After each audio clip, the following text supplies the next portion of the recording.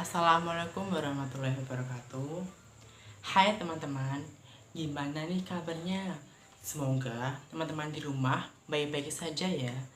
Dan jangan lupa untuk tetap mematuhi protokol kesehatan. Pertama-tama, pasti teman-teman sudah tidak asing lagi yang namanya mata pelajaran fisika. Di dalam fisika sendiri, termuat banyak sekali rumus dan juga perhitungan. Maka dari itu, kita harus menghafal rumus dan juga teliti dalam perhitungannya.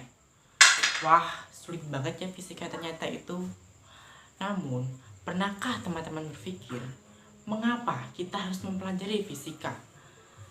Oke teman-teman, di sini bersama saya Muhammad Dafa Septeri Pratama dari kelas 2 akan menjabarkan lebih detail mengenai peran-peran fisika di dalam bidang-bidang tertentu dan juga mengenai hakikat-hakikat fisika. Oke teman-teman, langsung saja. Ini adalah mind map. Ini adalah mind map fisika saya yang sudah saya gambar dan sudah saya siapkan. Jadi di sini saya juga akan mempresentasikan mengenai hakikat fisika dan juga peran-peran fisika. Oke, pada saat teman-teman melihat gambar saya, pasti teman-teman sudah terfokus pada satu hal, yaitu adalah beliau. Beliau adalah ilmuwan yang sangat terkenal sekali di dalam bidang fisika. Yap, benar sekali. Beliau adalah Albert Einstein, di mana beliau telah membuat rumus tentang relativitas khusus, di mana energi sama dengan massa dikali kecepatan cahaya kuadrat. Namun saya tidak akan membahas itu. Saya akan hanya terfokus kepada mind map saya. Oke. Di baju Albert Einstein sendiri tertuliskan huruf H dan dengan K. HK sendiri itu memiliki kepanjangan adalah hakikat fisika. Lanjut kita ke jalur yang biru. Jalur yang biru ini, mengapa saya memberi warna biru? Karena bagi saya warna biru itu adalah melambangkan kedamaian. Terus di sini ada gambar pohon waru dengan 3 mahkotanya, yang berarti terdapat 3 hakikat fisika. Yang pertama ini adalah fisika sebagai proses. Saya gambarkan dengan labu ukur dan juga labu elemenyer dengan bertuliskan WHO. Sudah tidak asing lagi, pasti WHO itu adalah organisasi obat-obatan dunia atau orang-orang yang membuat virus. Oke, maksud fisika sebagai proses itu adalah eksperimen. Mengapa? Karena pada saat orang-orang WHO itu atau para ilmuwan WHO itu pada saat menemukan sebuah masalah, contoh pada saat kemarin ada COVID-19, gimana sih cara menyembuhkan COVID-19? Gimana sih atau bagaimana obat yang tepat untuk menyembuhkan COVID-19? Itu adalah rumusan masalah. Lalu dibuatlah sebuah proses atau sebuah eksperimen untuk menemukan obat itu dengan alat, dengan bahan, dan dengan langkah-langkahnya yang tepat juga. Jadi itu maksud sebagai fisika sebagai proses, adalah sebagai eksperimen. Sementara yang kedua ini ada gambar kacamata. Ini adalah fisika sebagai produk. Jika sudah ada eksperimen atau langkah-langkahnya, pasti nanti juga ada hasil, ada kesimpulan, dan juga ada produknya, di mana produk itu nanti akan sangat bermanfaat bagi seluruh kehidupan sehari-hari. Di sini contohnya adalah kacamata. Kacamata adalah hasil eksperimen atau hasil penelitian dari sebuah optik yang mempelajari tentang cermin dan juga cahaya. Terus yang ketiga ini ada gambar orang membawa kaca pembesar atau mikroskop. Pada hakikat yang pertama ini sudah ada proses atau eksperimen.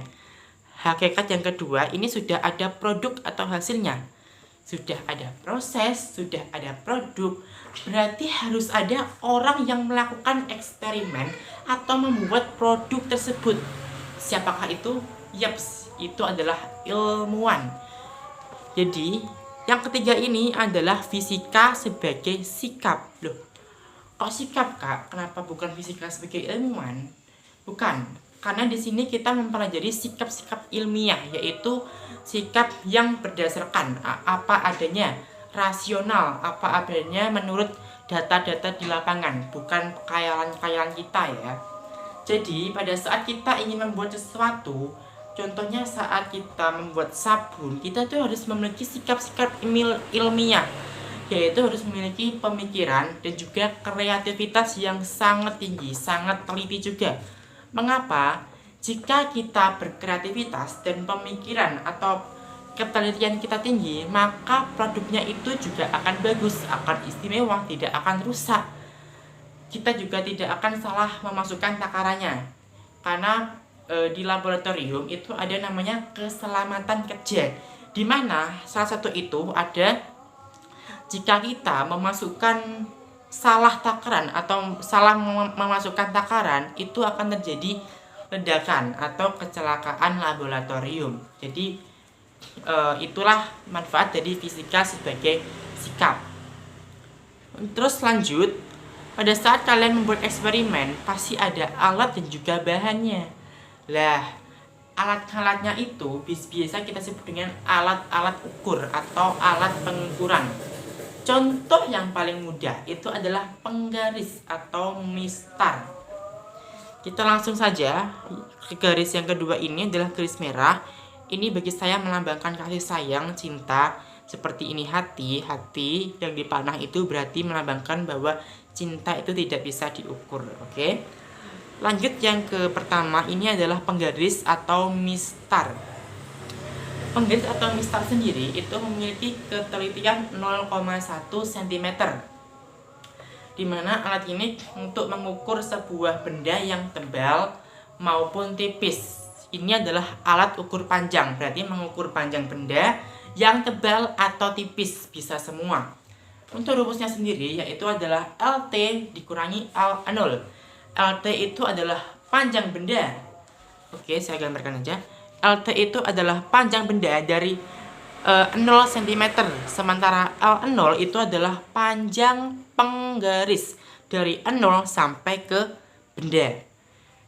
Jika kita bicara tentang mistar atau penggaris, pasti sudah tidak asing lagi mengenai jangka sorong. Iya, jangka sorong itu untuk mengukur kedalaman tabung atau diameter suatu benda. Jadi jika penggaris untuk mengukur panjang, maka jangka sorong untuk mengukur kedalaman atau diameter. Dimana kebalikannya, jika penggaris ketelitiannya 0,1 cm, maka jangka sorong ketelitiannya adalah 0,1 mm.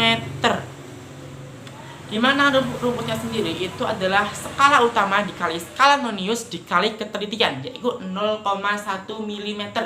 Apa itu sih Kak skala utama? Apa sih itu skala nonius? Kita akan membicarakannya. Pada jangka sorong itu ada garis serat seperti penggaris. Yang di atas garis itu namanya skala utama, sedangkan yang di bawah garis itu namanya skala nonius. Lanjut yang kedua, alat ukur yang kedua.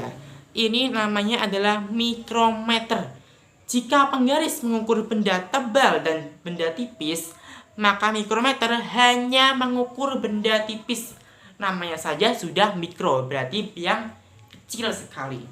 Untuk ketelitian dari mikrometer ini adalah 0,01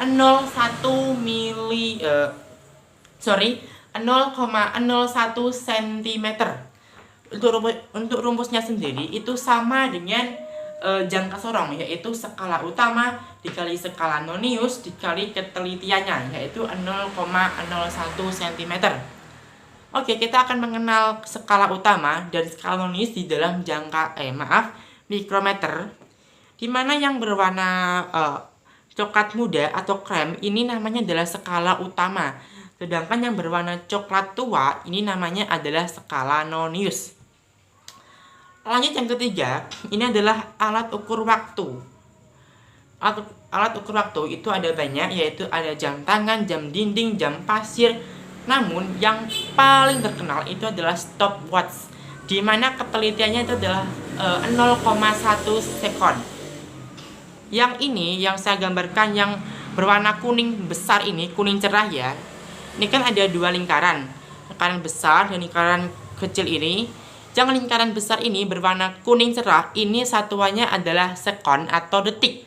Sementara yang berwarna kuning tua yang kecil ini, lingkaran kecil itu adalah satuannya adalah menit.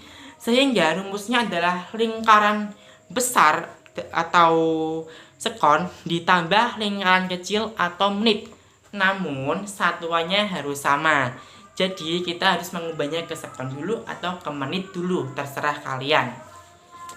Lanjut, yang keempat, ini adalah alat ukur massa jenis. Berbeda, antara massa dan juga massa jenis itu berbeda. Kalau massa jenis itu adalah densitas suatu kerapatan benda.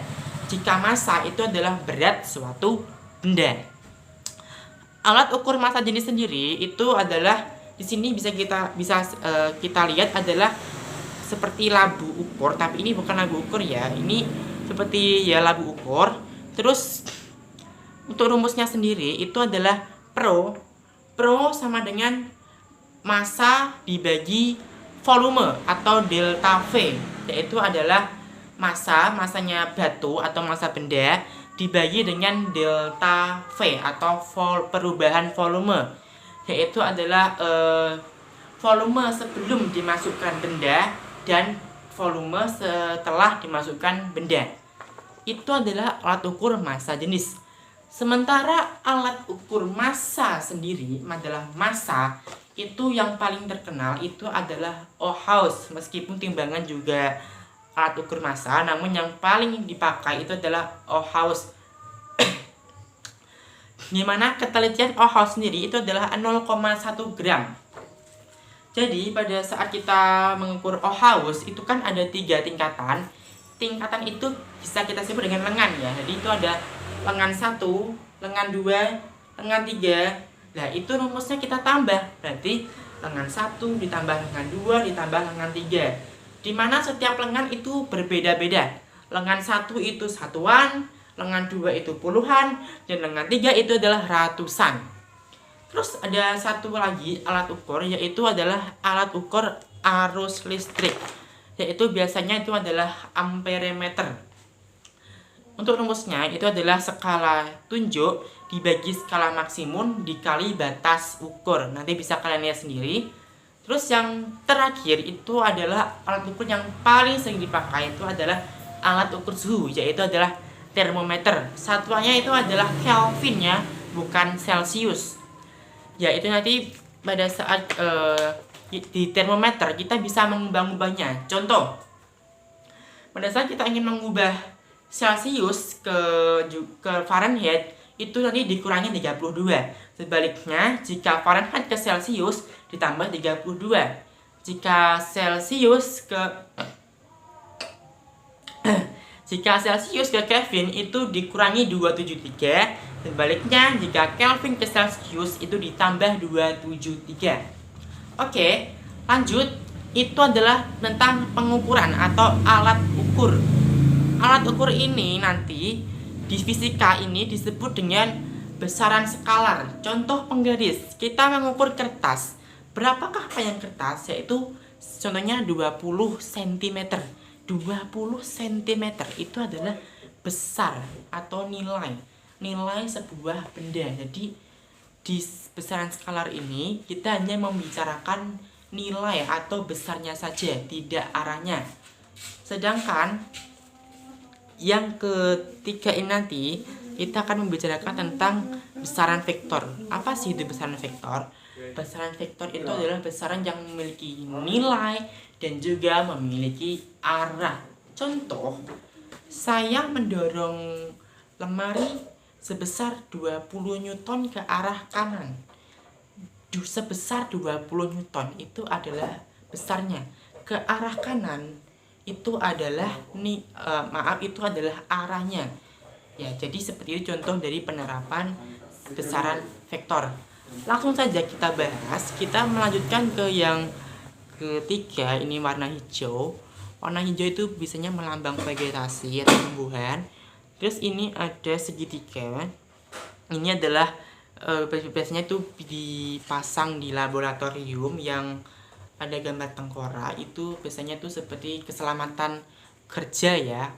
Ini juga melambangkan segitiga, itu segitiga. Oke, sampai dulu. Untuk menggambar vektor itu ada 3 cara, yaitu di segitiga ini berarti melambangkan 3 cara untuk menggambar vektor. Yang pertama itu adalah cara atau metode jajaran genjang. Apa sih Kak itu cara atau metode jajaran genjang? Yaitu adalah cara menggambar vektor dari titik awal atau kembali ke titik awal. Maksudnya gimana Kak? Contoh ini di gambarnya. Gambarlah vektor ke arah kanan, kita gambar ke arah kanan. Seret. Gambarlah vektor ke arah utara, kita gambar vektor ke arah utara ini. Seret, yang mana oranye ini ya. Ini ke arah kanan, ini ke arah utara. Bisa kita lihat bahwa gambarnya itu tidak bersambung-sambung, tapi kembali ke titik awal ini. Jadi ini kembali ke titik awal, ini kembali ke titik awal gambarnya terus ke sini. Ya, jadi seperti itu metode jajaran genjang. Terus yang garis yang warna biru yang di tengah ini apakah? Itu namanya adalah resultan vektor atau nilai atau besar vektor. Dimana ini besar vektor ini atau resultan vektor ini diapit oleh sudut apit yang bisa kita sebut dengan alfa atau beta. Lanjut yang metode yang kedua, ini adalah cara menggambar vektor menggunakan cara atau metode analistik, yaitu metode yang menggunakan rumus atau angka. Sebenarnya sama seperti yang pertama, menggambarnya itu dari awal garis, cuma yang kedua ini menggunakan rumus atau angka. Bisa kita lihat ini ada refleksi sumbu X dan refleksi sumbu Y. Dan ini ada resultan vektornya yang miring ini, dan juga ada sudut apitnya. Ya, sudut apitnya theta ya itu. Dimana jika kedua vektor itu membentuk sudut atau membentuk bangun segitiga siku-siku, maka sudut apitnya itu adalah 90 derajat. Dimana jika sudut apitnya 90 derajat, berarti rumus untuk mencari resultan vektornya itu adalah akar dari F1 kuadrat ditambah F2 kuadrat. Lalu bagaimana Kak jika tidak membentuk sudut 90 derajat? Gimana cara menghitungnya?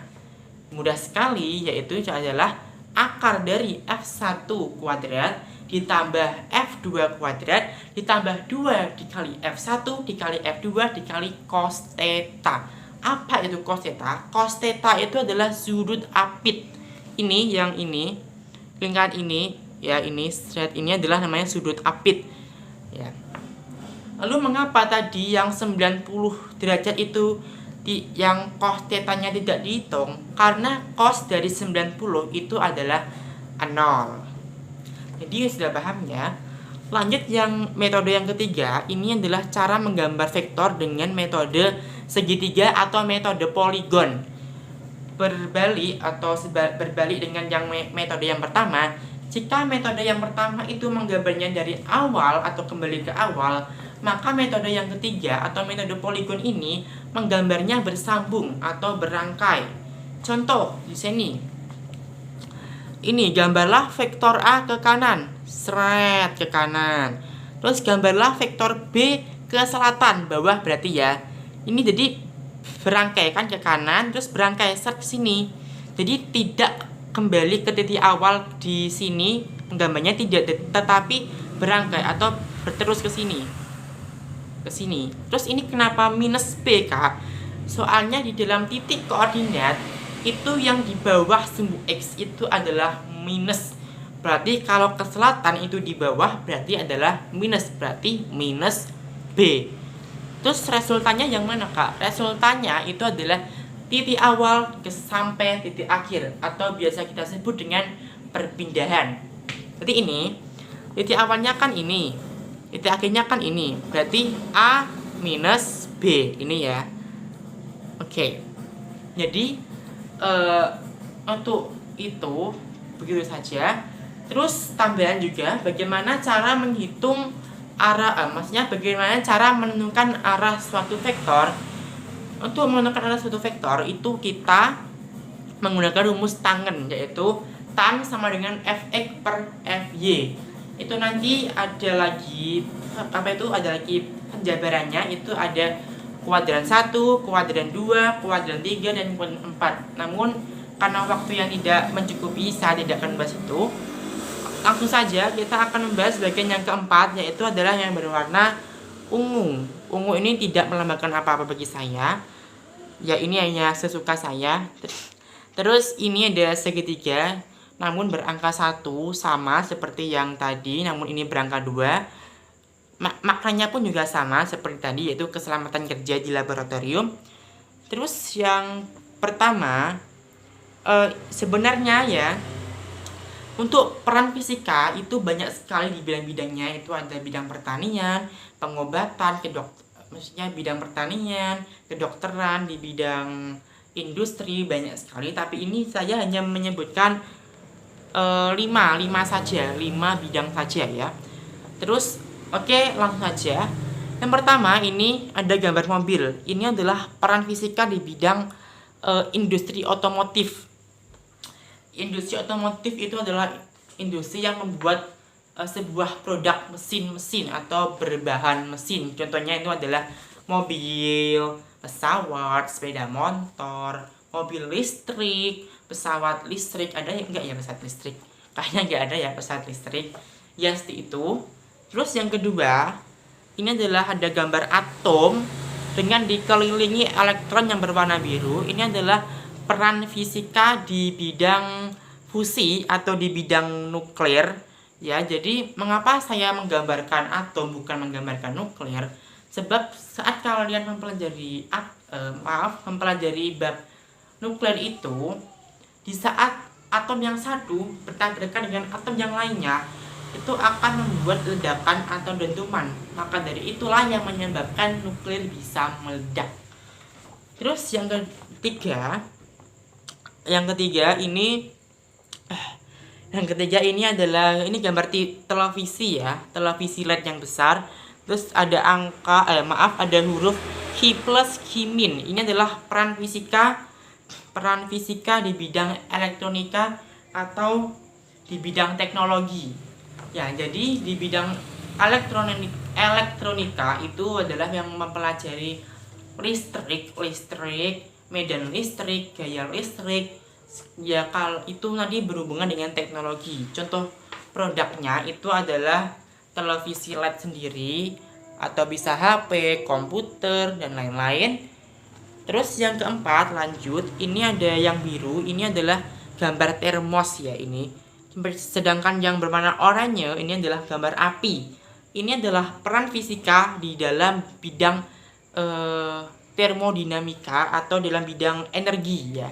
Pada saat kalian mempelajari energi, pasti itu nanti akan ada yang namanya massa ya. Berarti jika kalian ingin mempelajari energi, pasti nanti kalian akan bertemu dengan yang namanya massa, suhu, kalor atau panas, dan kawan-kawannya.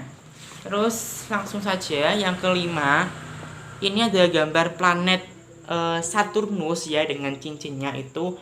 Ini pasti sudah jelas sekali bahwa ini adalah bidang fisika di bidang astronomi ya. Untuk produknya sendiri di bidang astronomi itu banyak sekali. Sekarang itu ada satelit, pesawat antariksa, roket, sonar penghubung ke luar angkasa. Bahkan sekarang para ilmuwan berusaha untuk membuat pesawat ruang angkasa yang berkecepatan cahaya. Wow, berkecepatan cahaya loh guys. Dimana nanti pengimplementasiannya pada saat kita membuat pesawat berkecepatan cahaya itu nanti akan mengimplementasikan rumus dari Albert Einstein, yaitu adalah rumus relativitas khusus yang saya bicarakan tadi, yaitu adalah energi sama dengan massa dikali kecepatan cahaya kuadrat, atau E sama dengan mc kuadrat. Namun sampai sekarang masih belum bisa dibuat karena bukan mustahil ya, tapi memang sulit. Oke, sementara itu saja untuk peran-peran fisika. Untuk yang lainnya mungkin bisa di bidang apa itu kedokteran itu ada produknya, ada diagnosis apa ya namanya, sinar X-ray untuk mendiagnosis tubuh kita, dan juga ada pensterilan, alat-alat apa, alat dokter yang gunting itu suntik itu bisa disterilkan dengan alat produk dari fisika. Terus di bidang pertanian itu ada irigasi, produknya itu ada apa namanya, mesin ya, mesin irigasi yang kalian lihat di sawah-sawah itu adalah juga contoh dari produk fisika. Oke, saya review kembali sedikit. Ini mengenai hakikat fisika itu ada 3. Yang pertama adalah fisika sebagai proses, yang kedua fisika sebagai produk, yang ketiga adalah fisika sebagai sikap. Untuk besaran atau alat pengukuran atau besaran skalar itu adalah besaran yang memiliki nilai saja. Itu adalah ada penggaris, alat ukur panjang, mikrometer, alat ukur benda tipis, stopwatch, alat ukur waktu, terus ini ada lagu ukur, alat ukur massa jenis, tadi juga ada termometer, alat ukur suhu, kaca Ohaus, alat ukur berat, terus ada apa nih, amperemeter, alat ukur apa tuh, listrik, arus listrik ya. Itu semua adalah besaran skalar. Saya camkan lagi, itu besaran skalar, yaitu besaran yang hanya memiliki nilai saja. Terus ini ada vektor. Ada 3 cara menggambarkan vektor, yaitu yang pertama ini adalah dengan cara jajaran kinjang, yaitu kembali lagi ke titik awal. Yang kedua dengan cara analistik, yaitu menggunakan rumus, yaitu rumusnya adalah akar dari F1 kuadrat ditambah F2 kuadrat ditambah 2 kali F1 kali F2 kali cos theta. Yang ketiga ini adalah cara poligon atau segitiga, yaitu menggambar vektor dengan cara berangkai atau berterus-terus. Vektor itu adalah besaran yang memiliki nilai dan juga memiliki arah, sementara skalar itu adalah besaran yang hanya memiliki nilai. Terus untuk peran fisika sendiri itu banyak sekali. Contohnya di bidang industri otomotif ada mobil, di bidang nuklir ini ada nuklir ya pasti. Terus di bidang elektronika atau teknologi ini adalah televisi, di bidang energi atau termodinamika ada termos, di bidang astronomi ini tuh artinya bukan planet ya. Jadi ini saya menggambarkan planet karena saya hanya ingin menggambarkan planet saja, mudah diingat. Di astronomi itu contoh produknya ini sudah saya sebutkan tadi, itu adalah pesawat antariksa, roket, dan juga satelit. Oke teman-teman, untuk presentasi dari saya mengenai bab hakikat fisika dan juga peran-peran fisika, merasa saya ini sudah cukup karena ini hanya dasar-dasarnya saja dari fisika. Untuk pertemuan minggu depan saya akan membahas mengenai dinamika gerak, yaitu nanti ada GLB, GLBB, GVA, GJA, dan lain-lain dan kawan-kawannya. Terus gimana nih teman-teman, pada saat teman-teman mendengarkan presentasi saya, apakah teman-teman berminat untuk kembali lagi ke mata pelajaran fisika? Mudah bukan pelajaran fisika itu? Sebenarnya mudah kok jika kita mengetahui rumusnya dan juga kita teliti dalam perhitungannya. Oke, sementara itu dulu yang dapat saya sampaikan. Jika ada yang ingin ditanyakan mengenai presentasi saya, bisa tanya langsung kepada saya. IG saya ada di bawah deskripsi, bisa DM aja. Saya tidak sibuk dan fast respon pastinya. Terus jika ada salah kata saya juga mohon maaf. Terima kasih, sekian. Wassalamualaikum warahmatullahi wabarakatuh. Fisika selalu di hati, damai di luar. Salam fisika. Bye.